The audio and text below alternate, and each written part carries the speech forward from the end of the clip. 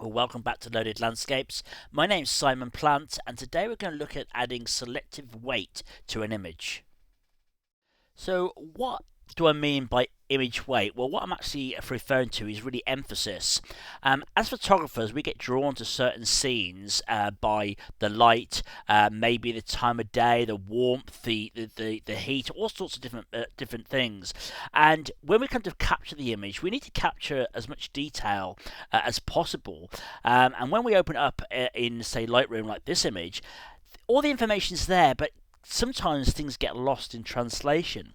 So, for instance, when we show these images, we want to kind of guide our viewer to the important areas of what drew us to this image in the first place.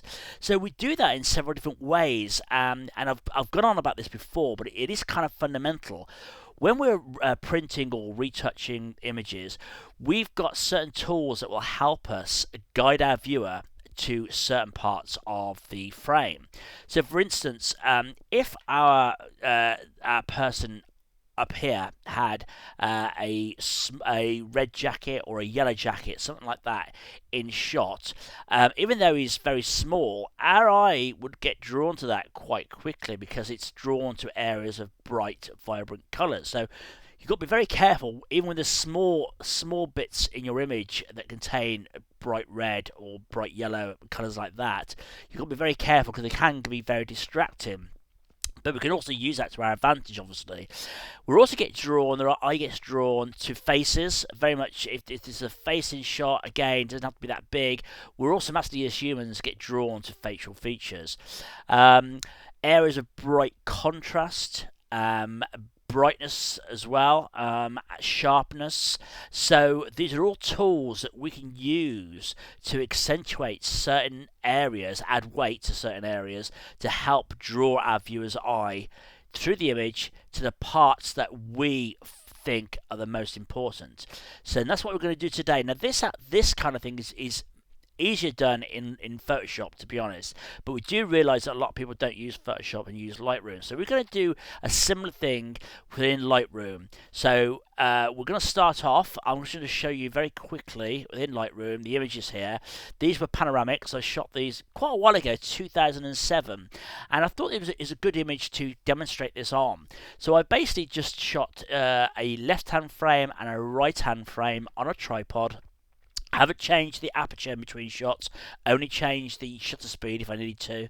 And then in Lightroom now, and this is a good thing, when you're shooting these images back, years and years ago, or even now, if they're not quite exactly as you intended, sometimes it's worth keeping them because software only gets better.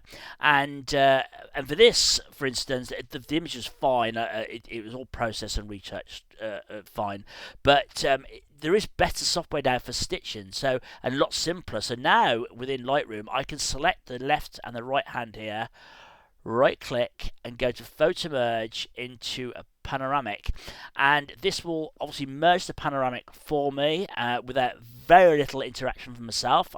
For most part I leave this on auto and just click merge. And the advantage of this over perhaps previous software is that it's going to extract a DNG file or a raw file as the panoramic, so this gives us a little bit more flexibility when it comes to doing the retouching, etc. So that's just a little side note there. It's worth keeping images that maybe not be quite right for whatever reason when you shot them, because in the future there might be a chance that you can go back to it, like this image, and reprocess it and create a better image or create an image that you couldn't do before. But anyway, so that was a bit of a digression. I'm just going to delete that because I don't need it. I'm going to pop over to Photoshop now, and we're just going to have a look at the image and decide what we're going to do with it. Okay, so we're now in Photoshop. This is the raw image. I've not processed it as yet, so it looks a bit flat. But I just thought we could just have a look over the shot and decide maybe which way I want to take it. Now, I think it's fairly obvious that the main focal point in this image is the lovely little chapel up on the cliff top here, and we obviously the only problem with that, well, not really a problem, but is the brightest part of the image is going to be where the sun's setting over on this side. So we need to kind of direct the viewer's attention maybe away from that initially and bring their eye, I think, up the cliff here to the chapels. So pretty straightforward, really. And we're going to Lightroom, and we're going to first of all we're going to do some global adjustments to the image just to get it in better shape, and then we're going to make some adjustments with the adjustment brush and maybe a gradient just to kind of fine tune everything. And as I said before, a little bit easier to do this type of work in Photoshop, in my opinion, maybe because I'm used to using Photoshop, but we want to show you Lightroom because we know that a lot of people out there use Lightroom more so than Photoshop. So we shall go into there next and start the work. Okay, so we're in Lightroom, and as I said, we're going to make some global adjustments to the image first to get it in a better state to start off with. First of all, what I'm going to do is to set the black and white points. We can turn on our little previews here, and this is going to tell us what's blocking up both in the highlights and the shadows. Now, we can tell that the highlight here is blowing out, but I'm not over worried about that because it is quite a speck in the highlights where the sun's dipping down, and I don't really need lots of detail there. But we can pull back, we can hold down the Alt key and pull back the highlight slider there a little bit and see how much that makes a difference, and that looks a little bit better. Like I said, I'm not too worried about that. The shadows, same with the shadows. We want to start seeing some clipping, and we've got that down the bottom here, and that's already looking much better. So I'm going to turn these off now. Next thing I want to do is maybe change my profile. I think we'll have a look at the landscape first. Now, this is personal taste now. Now that looks better, but for my taste, it's a little bit too strong. So what I'm going to do, we'll leave it on landscape, but I might come up here in my basic panel and just drop down the saturation just a tad. Again, this is personal taste. You may prefer it more colourful. So that's probably all I'm going to do for the panels here, except that we might just warm the image up a little bit more and see what that looks like. And that looks a little bit better. So again, I'm going on my kind of feelings of what the image was like when I was actually capturing it, and already this is getting better. What I will do is just, I want to darken it down a little bit more. So again, we can bring our whites and bring those down a little bit further. It's not making a huge difference, but bring it down a little bit and just bump up the contrast. So I'm just trying to get it in a good starting point, which I think we have. Next thing we'll do is we'll get the adjustment brush and start to make some adjustments, and also maybe have a look at the gradient filter too. The other nice thing about this image is not only does it go from light to dark in a natural progression, it also goes from warm to cool, which is another lovely contrast, but in colour. And so I want to accentuate that. So to do that, I'm going to grab the gradient tool, and then we're just going to drag a gradient across the image, somewhere like so. And I'm simply going to just change the temperature and bring the colour temperature down on this side, and it just, like I say, creates a nice contrast between the cool and the warmth on the image. Okay, I think that's all I'm going to do on that one, is just do that one thing. We could add a new gradient and maybe drag one from the top to the bottom, see if we can just darken this sky down a tad with the exposure. Okay, and that's helping us sort of vignette the image a little bit, and then draw our viewer's attention a bit further down into the image. Okay, the next thing we're going to do is get the adjustment brush. And what I would advise with this is to build the image up slowly. So what I think we need to do is brighten the image and add our adjustments stronger at the top here and fade them as we come down. So let's start by applying a brush to the actual little chapel here. I'm going to tick on this little box down here, show selected mask overlay, and also I've got selected auto mask, and that's just going to help us. Lightroom is going to obviously try and match the areas for us to save us having to be too precise, I suppose. A bit of a lazy way, and it does quite a good job sometimes, and sometimes it doesn't. But on this occasion, it's doing a pretty good job, like so. So this is my first adjustment, and maybe I want the same adjustment around this area here and up there. Okay, I'm going to turn off the mask because it's just annoying when you don't need it. Come back up, and we're going to bring up, I want to add a little bit more exposure, not too much, a little bit more contrast, like so. Maybe bring the shadows down or up, about there. So it's just about playing around. I'm going to add a little bit of clarity, which is like a mid-tone contrast. And again, all these things are the things that will draw your viewer's eye into this part of the image. Saturation I'll bring up a little bit. The other thing we can do, if you're not getting enough joy with the saturation, is click on the colour box here and add your own colour in.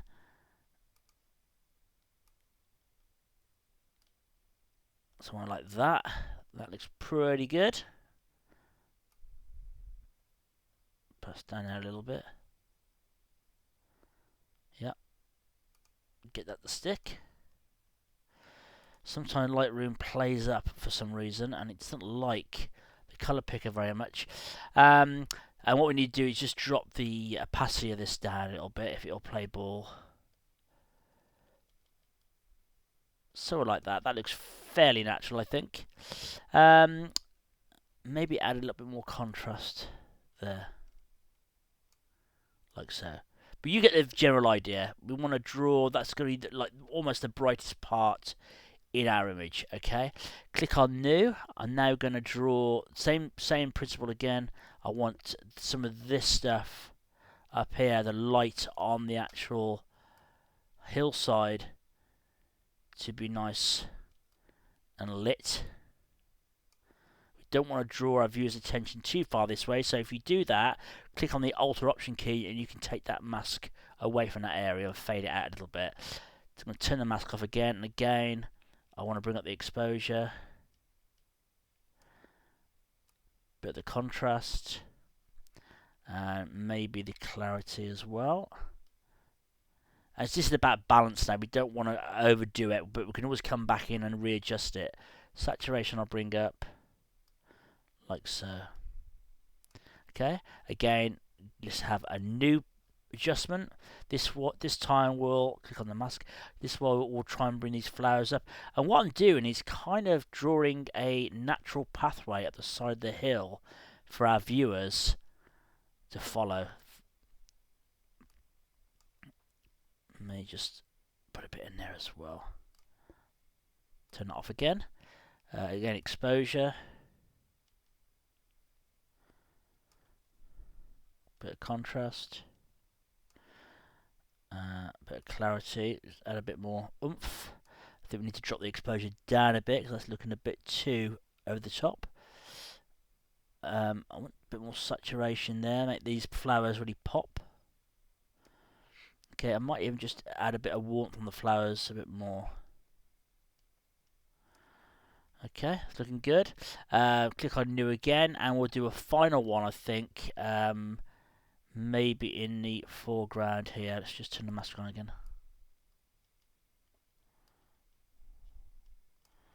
Okay. So you get the idea. We're just trying to accentuate certain areas to draw our viewer's eye up through the image. Okay, so let's just close that down a minute. Let's see a before and after, if I can get that working.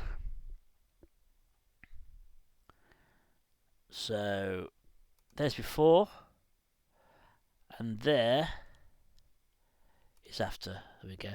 So at this stage, just want to have a quick look at the image, see if it's sort of the balance of it is right, and if it's not, we can go back into the adjustment brush, show all the pins, and maybe this one, I think I'm a little bit worried it's a little bit too light there. looks a bit funny. So I'm going to bring the exposure down a little bit and just have a little play around. And that's, I think, is a little bit better. Let's bring the saturation up a little bit more. So you need to make sure that it reads well, is what I'm trying to say.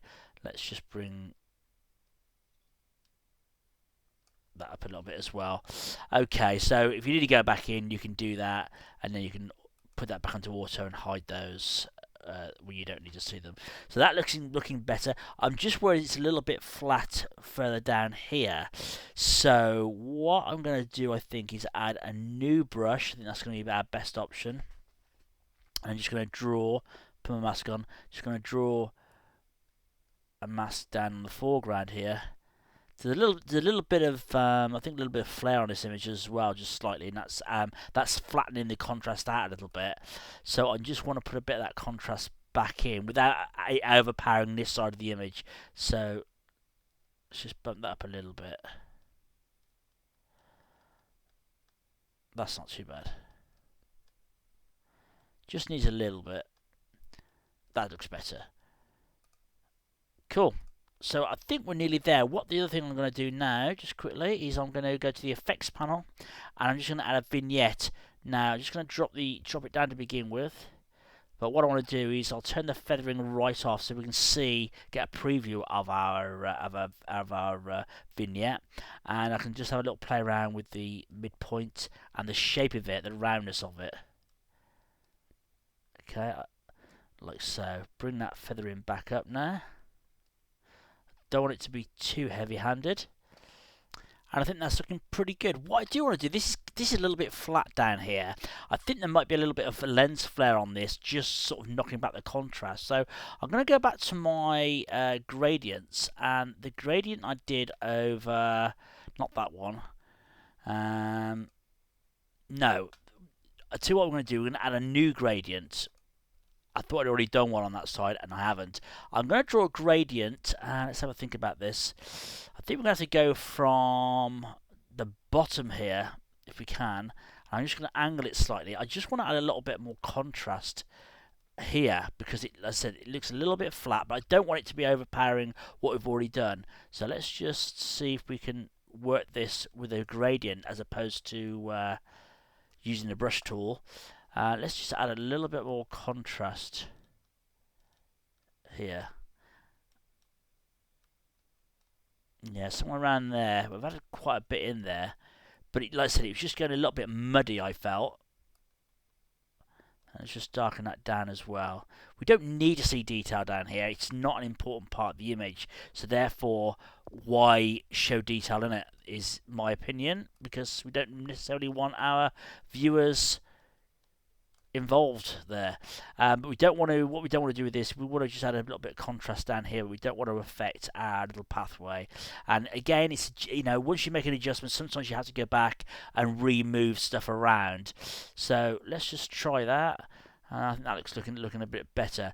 If you're in any doubt, again, get a brush tool, turn the pins on, and just retweak some of these if they're not looking quite as you want. Like so. I think that one could do with coming up a bit as well, but not too much. Yeah, somewhere around there I think that's pretty good. So there we go. So let's just go back to the beginning.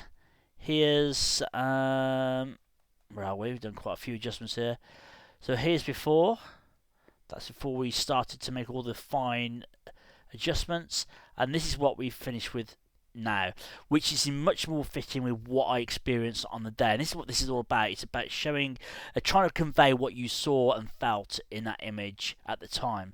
So this is one way of doing it within Lightroom. As I said, it is a little bit easier in Photoshop, in my opinion, but the tools are in there, and you can make these very fine adjustments within Lightroom, which wasn't available all that long ago. It was all more about global adjustments, so much more flexibility now within Lightroom to be used. So I hope you've enjoyed this video, and I hope to catch you on the next one. Cheers for watching.